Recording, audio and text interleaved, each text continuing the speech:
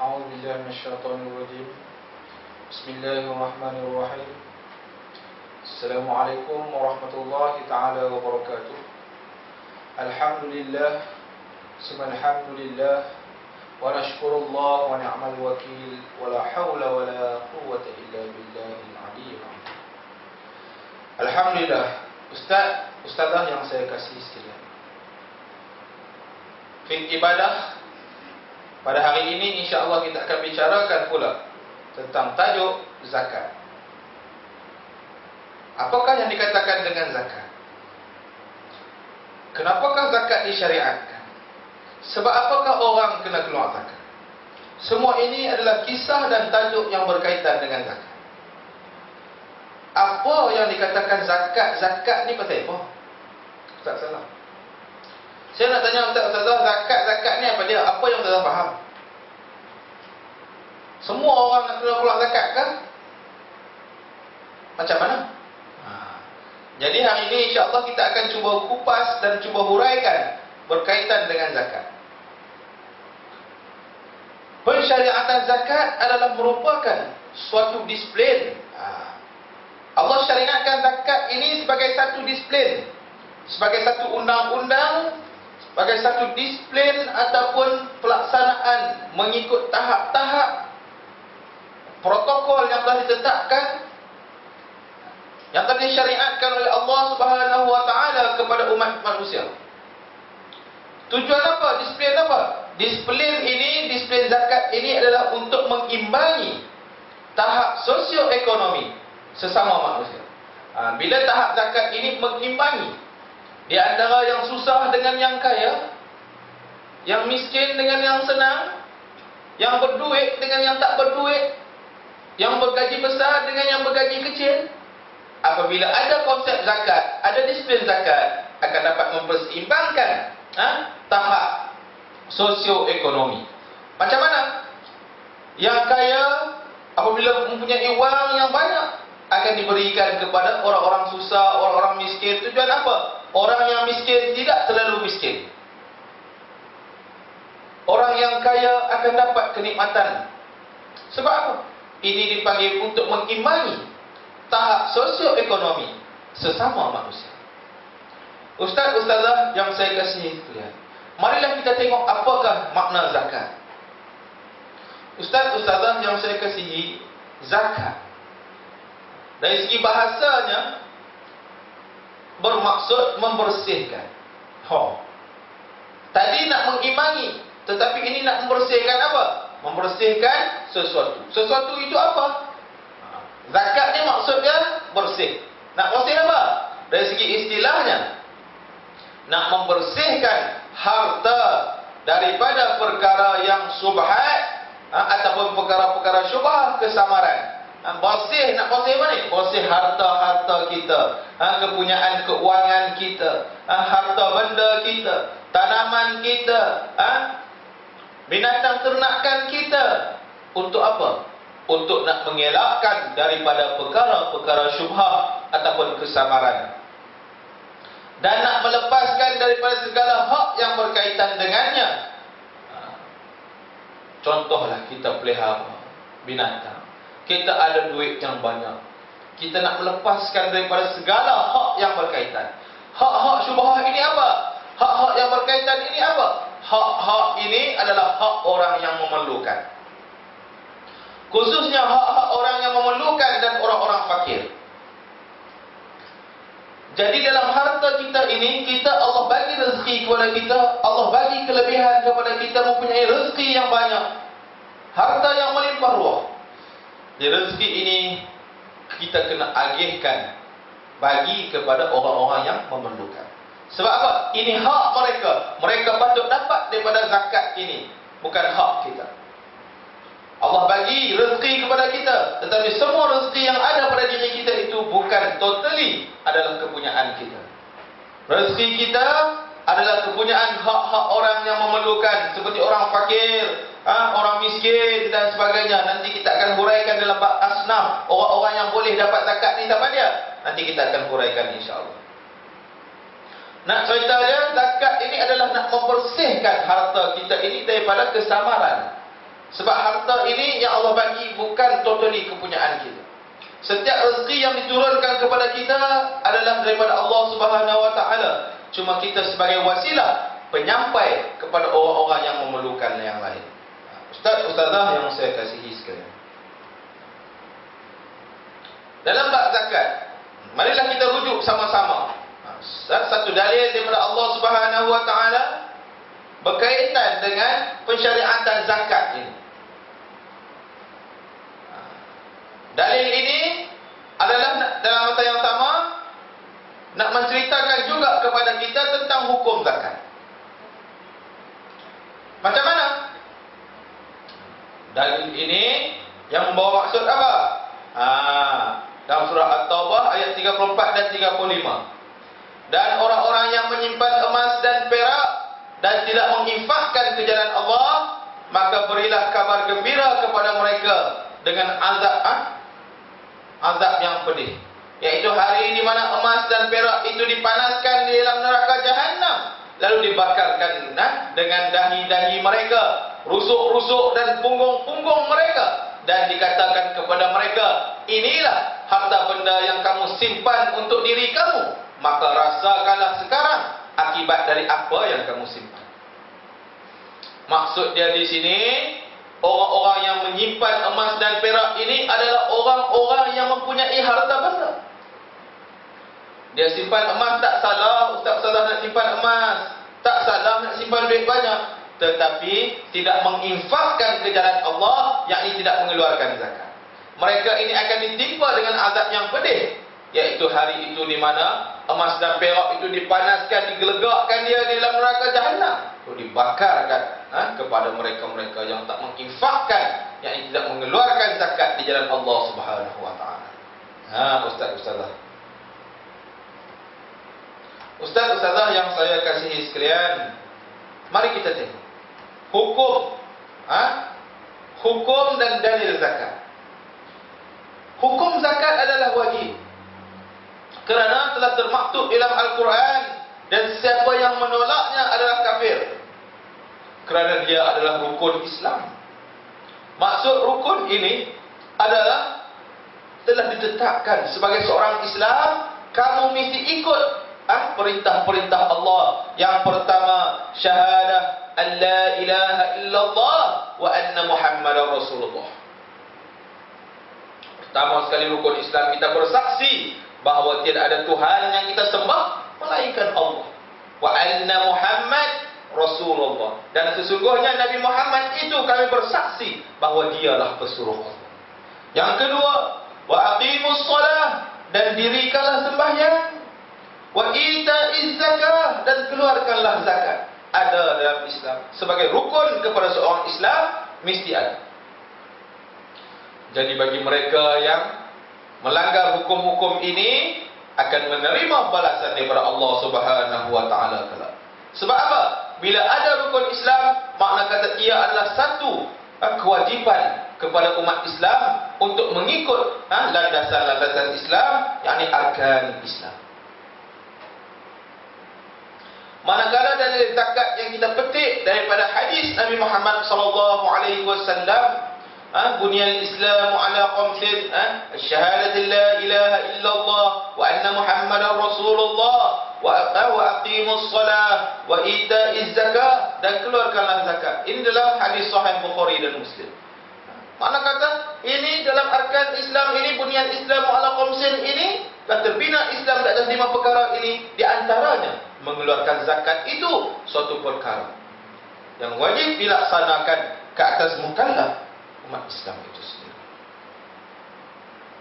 Ustaz, ustazah yang saya kasihi sekalian, bila kita huraikan bab zakat, mesti dia ada syarat-syarat.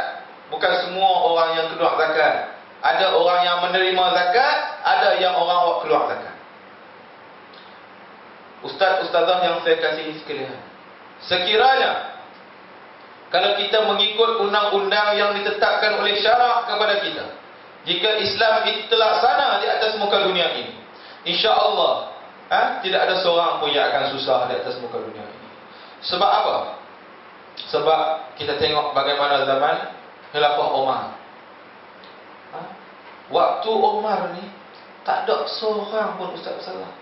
Apabila dah orang kaya bagi dekat orang susah pun dah boleh hidup dengan biasa. Akhir sekali bila nak cari orang yang layak nak menerima zakat, pada zaman itu tak ada seorang pun yang layak lagi untuk menerima zakat. Semua dah senang. Semua dah tak boleh nak terima zakat. Sebab apa? Sebab dah senang. Sebab ada sosioekonomi tadi dapat diseimbangkan dengan pengeluaran zakat. Ustaz, ustazah yang saya kasihi sekalian, syarat-syarat wajib zakat ini, kita kena tengok syarat-syarat dia untuk diwajibkan zakat itu ada syaratnya. Zakat diwajibkan ke atas orang-orang yang memiliki syarat-syarat ini. Apa dia? Yang pertama itu Islam. Yang pertama sekali wajib zakat itu Islam. Apa yang dikatakan Islam? Ianya tidak diwajibkan ke atas orang kafir, hanya orang Islam saja. Mana kata terkeluar bila dia bukan orang Islam, tidak dikira. Makna kata kalaupun dalam bab orang yang murtad terkeluar daripada Islam pun juga tidak dikira sebagai kategori Islam. Islam ialah tidak diwajibkan ke atas orang kafir, hanya orang Islam sahaja yang diwajibkan. Seperti mana kata Abu Bakar radhiyallahu anhu, ini adalah kewajipan zakat yang telah difardukan oleh Rasulullah sallallahu alaihi wasallam ke atas orang-orang Islam. Melalui perintah wahyu daripada Allah Subhanahu wa taala, maka sampailah kepada kita pada hari ini. Pelaksanaan zakat itu sampai kepada kita pada hari ini. Yang keduanya, syarat-syaratnya adalah memiliki nisab. Apakah yang dikatakan dengan nisab? Nisab adalah had minimum harta. Nisab ini adalah had minimum harta itu setakat mana? Bila harta itu sampai kepada maksimum, hadnya adalah kena keluar zakat. Makna kata memiliki nisab ini sampai satu tahap yang kena keluar zakat. Nisab adalah had minimum harta yang dimiliki oleh seseorang. Ini akan diterangkan dalam pembahasan jenis-jenis harta yang diwajibkan zakat nanti. Nisab ini kita tengok, apakah yang dikatakan nisab ini, kita tengok kategori-kategori dia. Dalam bab harta apa? Emas kan nisab dia macam mana? Pertanian nisabnya macam mana? Ternakan nisabnya macam mana? Nanti kita akan ceritakan dalam lebih lanjut. Dan yang seterusnya syarat-syarat wajib zakat ini adalah cukup haul, yakni setahun qamariyah. Setahun qamariyah ini setahun Islam. Cukup haul ini makna kata daripada awal kita mula daripada mula daripada bulan yang pertama sampailah cukup 12 bulan itu dalam bulan qamariyah, maka akan dijadikan cukup haul. Yang cukup haul kita tengok nisab dia cukup tak cukup. Kalau cukup maka kena keluar zakat. Zakat harta tidak diwajibkan ke atas seorang sehingga cukup tempoh pemilikannya. Zakat harta ini tak diwajibkan ke atas seorang sehinggalah cukup haulnya, cukup tempoh pemilikannya. Ini berdasarkan hadis Nabi Muhammad sallallahu alaihi wasallam, harta tidak dikenakan zakat sehingga ia mencapai setahun. Makna kata sampai haul dulu baru boleh nak kira berapa zakat yang kena buat keluar. Manakala zakat tanaman, tanaman buah-buahan dan galian pula tidak disyaratkan haul bagi pengeluarannya. Bahagian tentang tanaman, kita tanam padi, kita tanam gandum, kita tanam rotok, kita tanam kurma, kita tanam anggur. Jadi tidak ada had pengeluarannya. Sebab apa?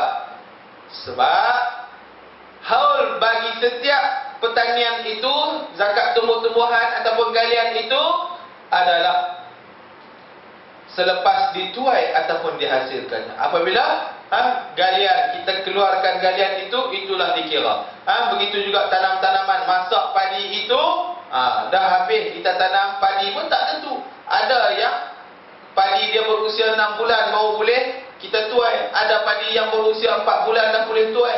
Jadi tempoh dia daripada tanam padi sampai keluarnya padi, apabila hasil pengeluaran itu telah dituai, barulah dikeluarkan zakat. Okey, ustaz, ustazah yang saya kasihi sekalian, jenis-jenis harta yang wajib dizakat. Ini jenis-jenis dia. Apakah yang kita wajib keluar zakat? Maksudnya ialah emas dan perak, sama ada yang telah dicetak maupun masih bentuk ketulan. Emas cetak jadi dinar, jadi dirham, jadi apa segala pun bila dicetak. Ataupun dalam bentuk ketul, jongkong lagi, maka itu dikira emas.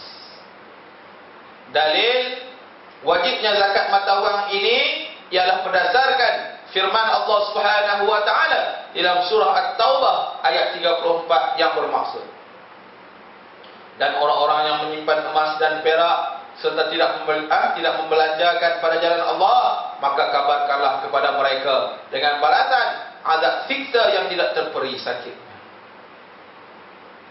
Jadi Allah kata, orang-orang yang menyimpan emas, perak serta dah simpan emas, dia simpan perak, tidak membelanjakan pada jalan Allah, yakni tidak mengeluarkan zakat. Apa cerita dekat mereka Ustaz? Apa bagi tahu dekat mereka? Maka kabarkanlah kepada mereka dengan balasan azab siksa yang tidak terperi sakit. Bagi tahu dekat mereka Ustaz. Duk simpan emas, duk simpan perak, tak mau nak keluar zakat, bagi tahu dekat mereka Ustaz. Kata azab siksa yang sangat pedih, duk nanti mereka di akhirat nanti. Ustaz, ustazah yang saya kasihi sekalian, ini jenis-jenis dia pula. Jenis-jenis emas dan perak yang dikenakan zakat. Pertama sekali, dinar emas, dirham perak atau seumpama dengannya yang dicetak menjadi mata wang untuk urusan jual beli. Yang dicetak emas tadi dah ditukar menjadi dinar, dijadi mata wang, ataupun ketulan-ketulan emas dan perak, peralatan dan potongan emas dan perak yang disediakan untuk penggunaan ataupun perhiasan.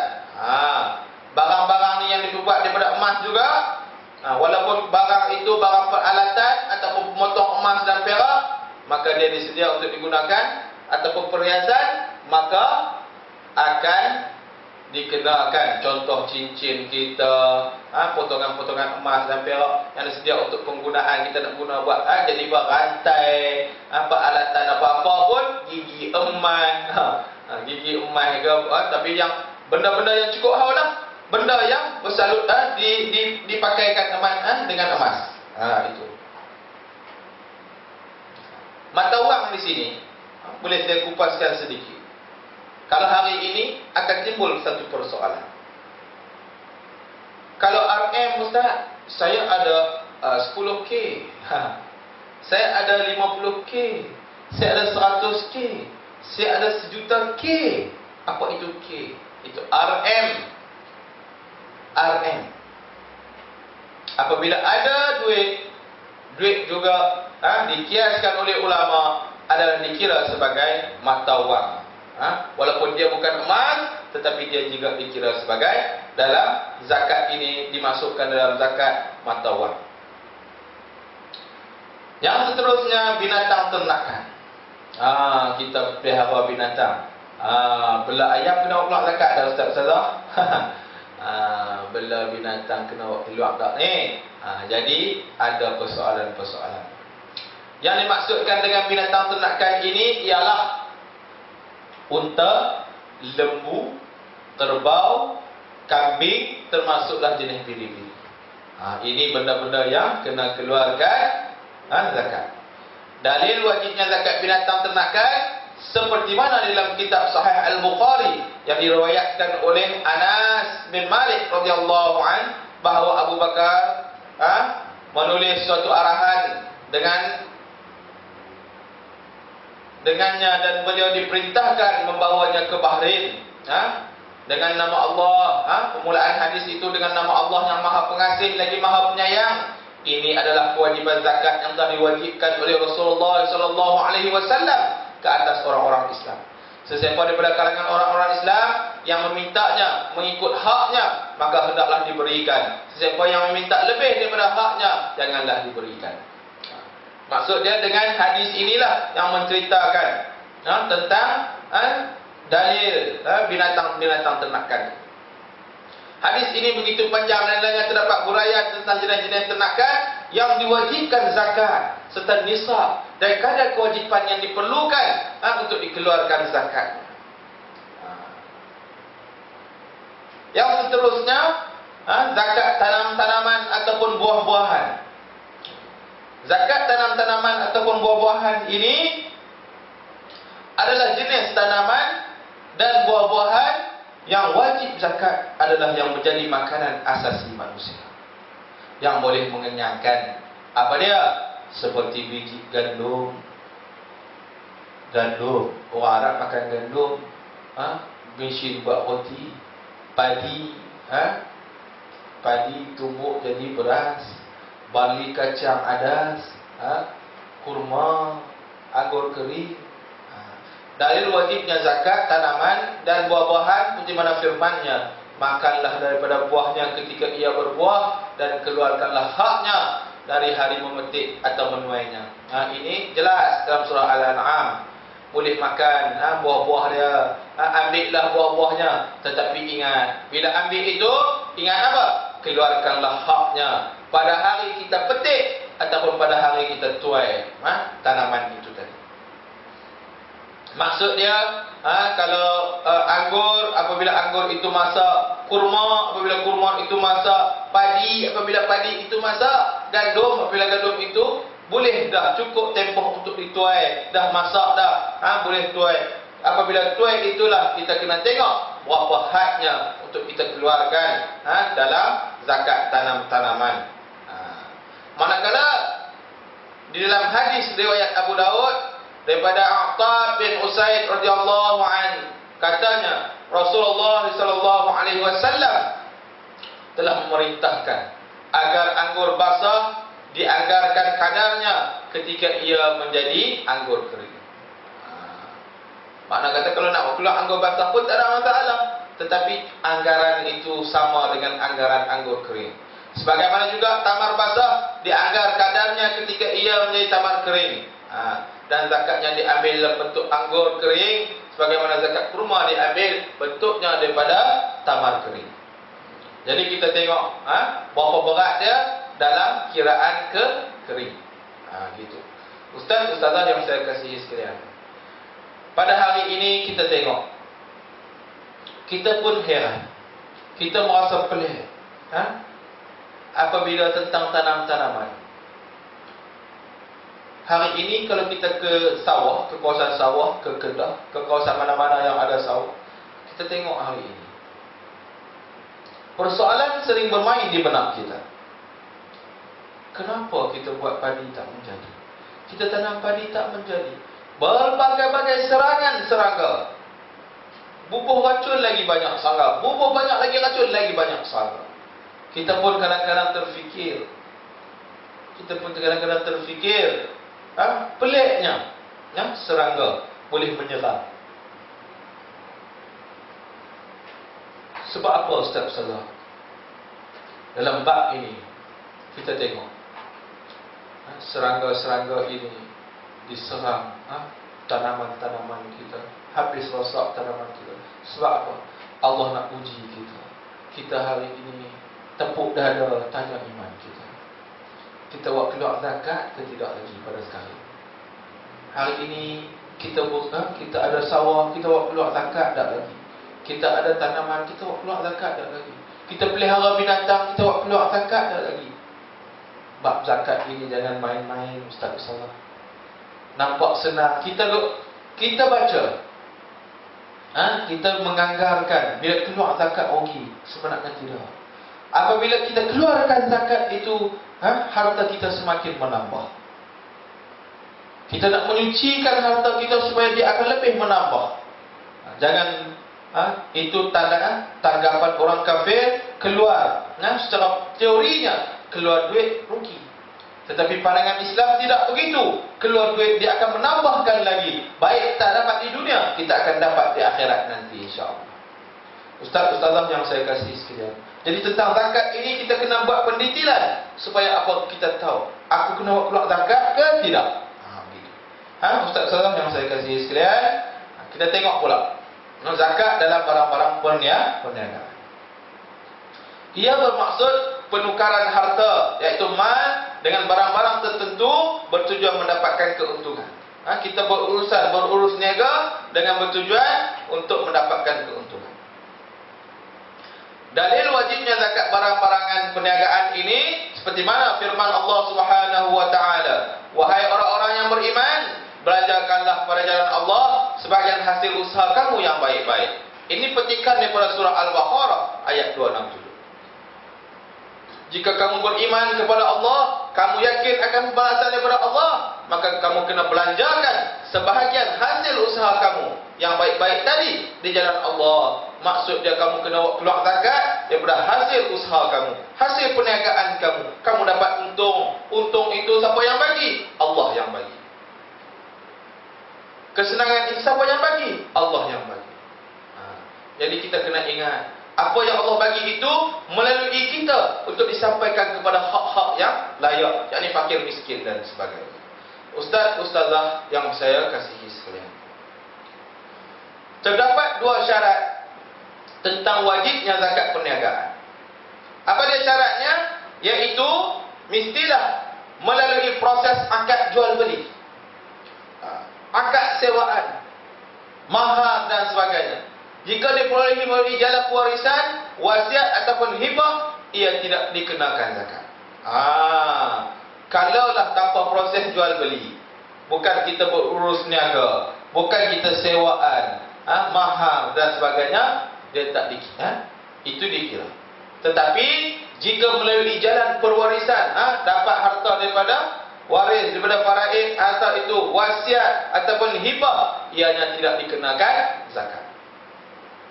Berniat di atas barang yang dimilikinya, tujuan untuk berniaga. Mesti kita niat barang yang kita miliki tadi, apa-apa perniagaan, apa-apa benda yang kita miliki ini adalah untuk tujuan berniaga. Jadi itu baru dikira zakat perniagaan. Selain itu juga barang-barang galian dan rikas. Zakat bagi barang-barang galian dan rikas. Apakah yang dikatakan dengan barang galian? Apakah yang dikatakan dengan rikas? Yaitu emas dan perak, hasil galian daripada perut bumi, manakala rikas pula adalah barang yang dijumpai terpendam sebelum kedatangan Islam. Barang-barang galian ini adalah emas dan perak. Emas dan perak hasil galian daripada perut bumi. Kita lombong emas, lombong biji dapat perak, lombong emas dapat emas. Ini semua ini adalah barang-barang galian. Manakala zakat rikas pula adalah barang-barang yang dijumpai terpendam sebelum kedatangan Islam. Maksud dia, sebelum Islam datang ke satu-satu tempat itu, jadi zakat barang-barang yang berada di situ adalah emas ataupun apa yang kita jumpai itu sebelum kedatangan Islam adalah dikira zakat rikas ataupun harta korun. Kita panggil harta korun macam kan. Ini dipanggil rikas. Sebab apa? Sebab rikas ini adalah tidak mempunyai kepunyaan siapa sebelum kedatangan Islam. Tetapi setelah kedatangan Islam, dia tidak dikira lagi sebagai rikas. Ini mesti orang curi tentang mana, pergi letak orang tu. Jadi kita jangan kita ambil bagi dekat pihak berkuasa. Sebab apa? Sebab barang-barang hari ini adalah kita telah kedatangan Islam, dan pada hari ini barang-barang itu bukan dikira sebagai rikas lagi. Ini dalil zakat ke atasnya ini adalah daripada Nabi Muhammad SAW. Nabi berkata, Nabi mengambil zakat daripada galian Al-Qabaliyah. Maksud dia, Nabi ambil zakat tu daripada hasil galian. Dan bab rikas pula diriwayatkan oleh Abu Hurairah bersabda pada ringkas itu wajib 1/5 sebagai zakat. Zakat atau karun ini, zakat ringkas ini kena banyak 1/5. Ini Sahih Al-Bukhari.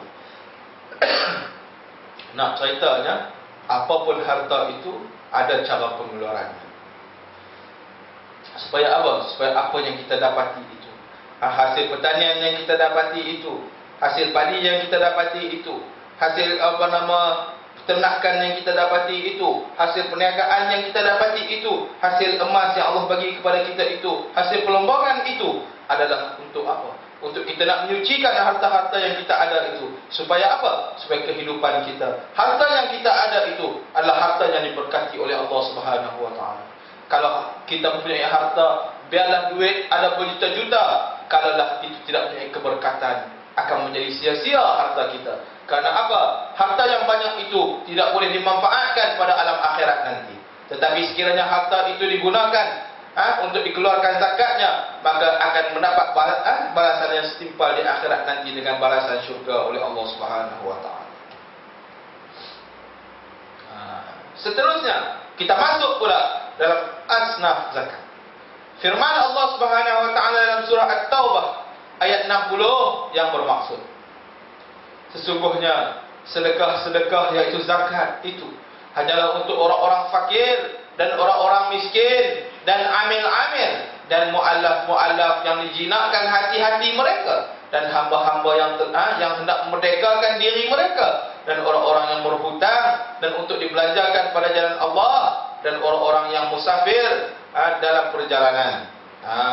Ini kita tengok dalil daripada surah At-Taubah ayat 60. Ini dalil orang-orang yang layak untuk dapat zakat. Di sini saya telah membuat satu klarifikasi ataupun penjelasan tentang daripada dalil tadi. Yang pertama dipanggil fakir ataupun al-fuqara. Apakah yang dikatakan dengan al-fuqara? Adalah orang yang tidak harta pendapatan yang mencukupi untuk keperluannya. Dia tak ada harta pendapatan yang mencukupi untuknya dan keperluannya. Untuk diri dia pun tak cukup, untuk keperluan dia pun tak cukup. Tidak mempunyai keluarga untuk mencukupkan nafkahnya seperti makan, pakaian dan tempat tinggal. Contohnya, ia memerlukan RM10 sehari, tetapi hanya mampu RM3 saja. Kita belanja ustaz-ustazah hari ini tak boleh RM3. RM3 tak cukup, RM10 pun tak cukup lagi. Sebab apa? Sebab kos pada hari ini. Jadi dia buat contoh di sini. Contohnya keperluan adi kita hari ini, kita belanja hari ini RM10, tetapi dia ni dapat RM3 ataupun RM1 saja pendapatan dia sehari. Makna kata ini dikira golongan al-faqir ataupun al-fuqara. Makna kata golongan ini layak untuk mendapat zakat. Kita boleh bagi zakat kepada mereka. Yang kedua, golongan miskin ataupun al-masakin. Apakah yang dikatakan al-masakin ini? Apa beza fakir dengan miskin? Apa beza al-fuqara wal masakin? Jadi kita uraikan. Al-masakin ini mempunyai kemampuan usaha untuk mendapatkan keperluan hidupnya, akan tetapi tidak mencukupi sepenuhnya. Seperti ia memerlukan RM10 tapi hanya memperoleh RM8. Keperluan biasa RM10, tetapi dia bukanlah sampai tahap terlalu dhaif. Ada duit cuma tidak mencukupi. Boleh nak makan tetapi tak boleh nak mewah. Tak boleh nak, orang panggil apa, nak senang. Hidup sekadar keperluan itu RM10 hanya boleh RM8. Jadi susahlah juga dipanggil al-miskin ataupun al-masakin. Yang seterusnya, orang yang layak lagi dapat zakat adalah golongan amil. Orang-orang yang dilantik untuk memungut dan mengagihkan wang zakat. Sini orang-orang yang dilantik ini adalah amil zakat lah. Kalau di tempat kita ini amil zakat. Dan mengagihkan wang zakat ini adalah orang yang layak dapat adalah pengurusan-pengurusan dan di pejabat zakat. Mereka layak. Dan seterusnya, mu'allaf. Seseorang yang baru memeluk agama Islam. Yang dikatakan mu'allaf ini baru memeluk agama Islam. Dia baru memeluk agama Islam, hati dia dah terbuka, Allah bagi hidayah kepada dia. Walaupun dia kaya, kita boleh bagi zakat. Sebab apa? Nak bagi semangat kepada dia bahawa Islam ini adalah agama yang sentiasa membantu, saling membantu di antara umat-umatnya. Jadi bila dia masuk, orang bagi pula. Kalau senang tak apa. Ini dah mu'alaf, susah pula. Kita bantu dia. Dia masuk, Allah, aku masuk Islam. Orang bantu aku. Allah pelihara dia. Daripada tergelincir balik ke agama yang lama. Jadi ini faktor-faktor. Dan yang seterusnya, riqa. Apa yang dikatakan riqa? Seorang yang terbelenggu dan tiada kebebasan diri. Dia riqa. Jadi bila orang yang tiada kebebasan ini boleh ataupun hamba, dia terikat tak boleh nak keluar, tetapi apabila kita bagi duit itu, dia boleh membebaskan dirinya, tak menjadi lagi hamba. Jadi kita boleh bagi dia untuk nak bebaskan dia. Dan seterusnya, gharimin ataupun penghutang muslim yang tidak mempunyai sumber yang menjelaskan hutang yang diharuskan oleh syarak pada perkara asas untuk diri dan tanggungjawab yang wajib ke atasnya. Orang-orang muslim yang hutang, dia ada hutang banyak, dia berhutang tetapi dia tak mampu untuk nak menjelaskan hutang, maka dia layak untuk mendapat zakat untuk nak selesaikan hutang piutangnya. Itu dia panggil al-gharim. Yang seterusnya, fi sabilillah, orang-orang yang berjuang, berusaha melakukan aktiviti untuk menegakkan dan meninggikan agama Allah. Apa yang dikatakan fi sabilillah ini? Orang-orang yang berjuang fi sabilillah, orang yang berperang, orang yang mengaji ilmu, orang-orang yang menuntut ilmu, orang-orang yang melakukan aktiviti demi nak menegakkan syiar Islam, nak meninggikan agama Allah di atas muka dunia ini. Orang-orang ini yang berjuang di jalan Allah ini akan layak bagi dirinya untuk mendapat zakat. Dan seterusnya, Ibnu Sabil. Apa yang dikatakan Ibnu Sabil? Musafir yang kehabisan bekalan yang perjalanan, atau semasa memulakan perjalanan dari negaranya yang mendatangkan pulangan yang baik kepada Islam. Dia musafir untuk mencari redha Allah, nak membawa ajaran Islam, dia layak untuk mendapat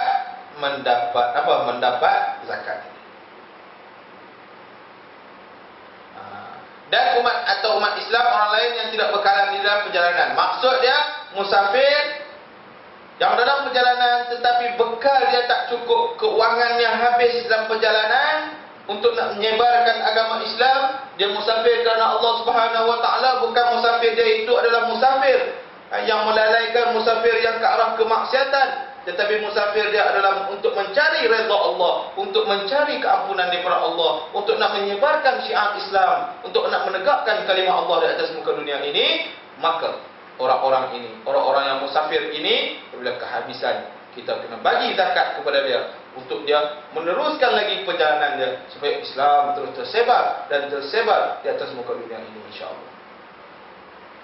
Zakat ini, Ustaz-Ustazah, dia ada konsep-konsepnya. Apabila kita tahu tadi asnaf zakat, hari ini kita akan ceritakan pula tentang konsep haul dan nisab. Apakah yang dikatakan dengan konsep haul dan nisab? Apakah yang dikatakan haul? Apakah yang dikatakan nisab? Maksud haul, yang dikata haul ataupun tempoh tadi, adalah berlaku tempoh selama 1 tahun ataupun 12 bulan harta yang dimiliki itu. Harta itu ada dengan dia selama 12 bulan. Bulan apa? Bulan Qamariyah. Maksudnya, apabila genap setahun harta dimiliki, genap setahun. Dia start daripada bulan 1, habis bulan 12, genap setahun. Tetapi dikira dalam bentuk Qamariyah, dah cukup setahun, barulah diwajibkan zakat. Genap setahun barulah boleh kira harta itu. Kalau cukup, kena keluar zakat. Tapi dalam cukup itu, kita tengok dalam nisab dia pula. Ini haul, tempoh. Tempoh ini kita nak tengok. Tempoh nak keluar zakat ni, setahun baru boleh keluar zakat.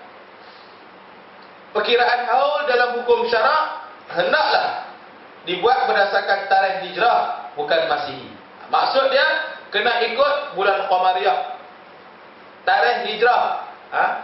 Muharram, Safar, Rabiul Awal, Rabiul Akhir, Jamadil Awal, Jamadil Akhir, Sya'ban, Ramadan, Syawal, Zulkaidah, Zulhijjah. Kira ikut bulan apa?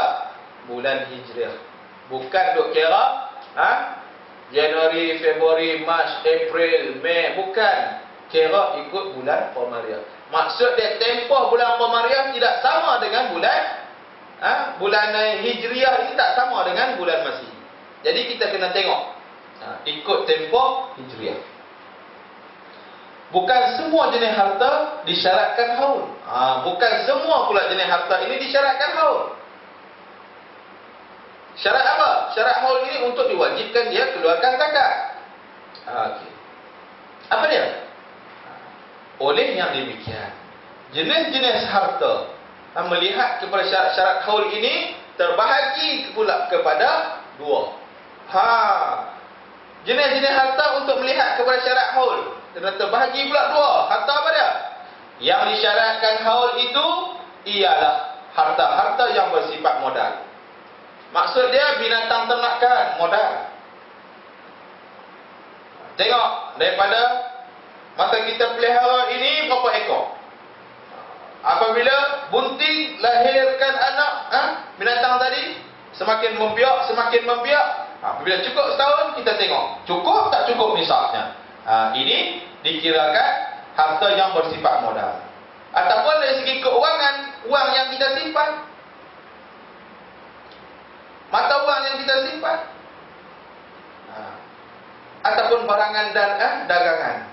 Maksud barangan dagangan ini adalah perniagaan. Wang tadi maksud dia emas, mata wang emas, perak. Tapi barangan dagangan pula adalah perniagaan. Kita berniaga mula daripada Muharram sampailah Zulhijjah. Makna kata cukup tempoh itu, haul itu akan dikira. Dan bila cukup genap setahun Hijriah itu akan dikira. Dihitung cukup ataupun tidak nisabnya itu. Dan seterusnya, yang tidak diwajibkan haul iaitu harta-harta yang bersifat pendapatan. Ini dia tak kira haul. Dia tak kira haul dah. Dia kira macam mana? Contoh tanaman, tanam-tanaman. Mudah saya ceritanya macam saya cerita tadi, padi. Kita tanam padi bulan 1, bulan 4 kita tuai. Haul dia jadi bulan 4 saja. Dia tak kira tahun. Tempoh matang padi itu daripada tanam sampai padi itu dituai berapa bulan? Ada, tak kisah. Kalau kawan tu tanam padi jenis grade yang mahal itu 4 bulan saja. Ada yang grade better 6 bulan baru boleh tuai. Jadi tempoh dia dari segi tanaman ini daripada dia tanam sampai hasil tuaian itu adalah mengikut tempoh tanaman ataupun pengeluaran buah-buahan itu ataupun biji-bijian tadi. Jadi apabila kita tuai, macam contohlah padi tadi, apabila kita tuai, mesin pun main ambil dah, main tuai padi kita, maka apabila kita jual padi itu ataupun kita boleh keluar dah nak bayar zakat melalui padi itu boleh, ataupun kita keluarkan melalui duit boleh, tak ada masalah. Tetapi nak cerita dia tempoh dia apabila sampai waktu tuai itu dikira. Duk kira setahun konok kan. Kenalah ni padi hak baru ni, padi apa? Chlorophyll apa pil pun kita tak tahu. Dia model dia canggih. 3 bulan setengah boleh tuai dah. Makna kata setahun 3 kali boleh tanam padi. Hebat. Dia dapat pulangan yang banyak sekali dia tuai. Kalau dah kira setahun dia nombor 3 kali. Jadi dia tak kira macam tu. Dia kira setiap kali kita tuai, setiap kali itulah dikira untuk kita keluarkan zakat. Begitu juga dengan buah kurma contoh. Pokok kurma apabila dia buah, dia bunga, dia putih, dia tua, dia masak. Masak barulah orang tuai dia. Kita pun tuai dia ataupun kita ambil potong buah kurma tadi untuk dijual. Jadi waktu tempoh potongan buah kurma itu barulah dikira. Walaupun musim dia salah musim ke apa musim sendiri pun, apabila kita tuai buah-buahan ataupun tanaman itu, itulah dikira tempoh haul. Hasil galian ataupun harta karun, maknanya kita gali, berapa banyak yang kita ada ketika itu, itulah dikira. Dikira hasil kita menggali itu, kita dapat galian, hasil daripada galian itu, dan galian itulah dikira. Walaupun tak sampai setahun kita gali, kita dapat, kita kumpul dan menjadi kumpul, kita onggep lombok emas, lombok boleh emas, okey, dapat satu ketul emas, apabila dicampur menjadi satu ketul emas, itulah haulnya, itulah kena keluarnya. Ini stoknya ada nanti, kita akan huraikan nanti. Jadi nak cerita dia berbeza. Ada yang syarat dia yang dikenakan haul, ada yang tak dikenakan haul. Yang dikenakan haul tadi adalah binatang ternakan, uang ataupun zakat perniagaan, itu dikenakan haul. Manakala bagi tanaman, hasil galian, harta karun kita jumpa. Tak nanti jumpa harta karun, kena waktu tu 1/5 daripada harta itu. Tak nanti tunggu setahun pun nak pula, tak. Kena teruskan. Kena terus buat keluar. Ada yang bersifat kena nanti haul dia 1 tahun, 1 tahun ataupun 1 tahun Hijriah itu, ataupun tanpa ada tahun. Apabila sampai proses penuaiannya, kita dapat hasil tu, terus kita boleh keluarkan zakat tersebut. Itu tentang bab yang dikatakan haul zakat. Haul ini maksud dia tempoh pengeluaran zakat. Maksudnya cukup setakat itu. Apa yang baik datang daripada Allah Subhanahu Wa Taala. InsyaAllah kita akan sambung lagi di slot yang akan datang. Mudah-mudahan kita akan dapat ketambahkan ilmu kita, insyaAllah. Mudah-mudahan apa yang ilmu kita dapat ini kita dapat manfaatkan dalam diri kita, ahli keluarga kita, juga masyarakat kita, insya-Allah. Jadi rasa cukuplah setakat itu. Apa yang baik datang daripada Allah Subhanahu Wa Taala. Kita kekurangan itu datang daripada diri kita sendiri, diri saya sendiri. Aku qouli hadza wa astaghfirullahal azim li wa lakum. Assalamualaikum warahmatullahi taala wabarakatuh.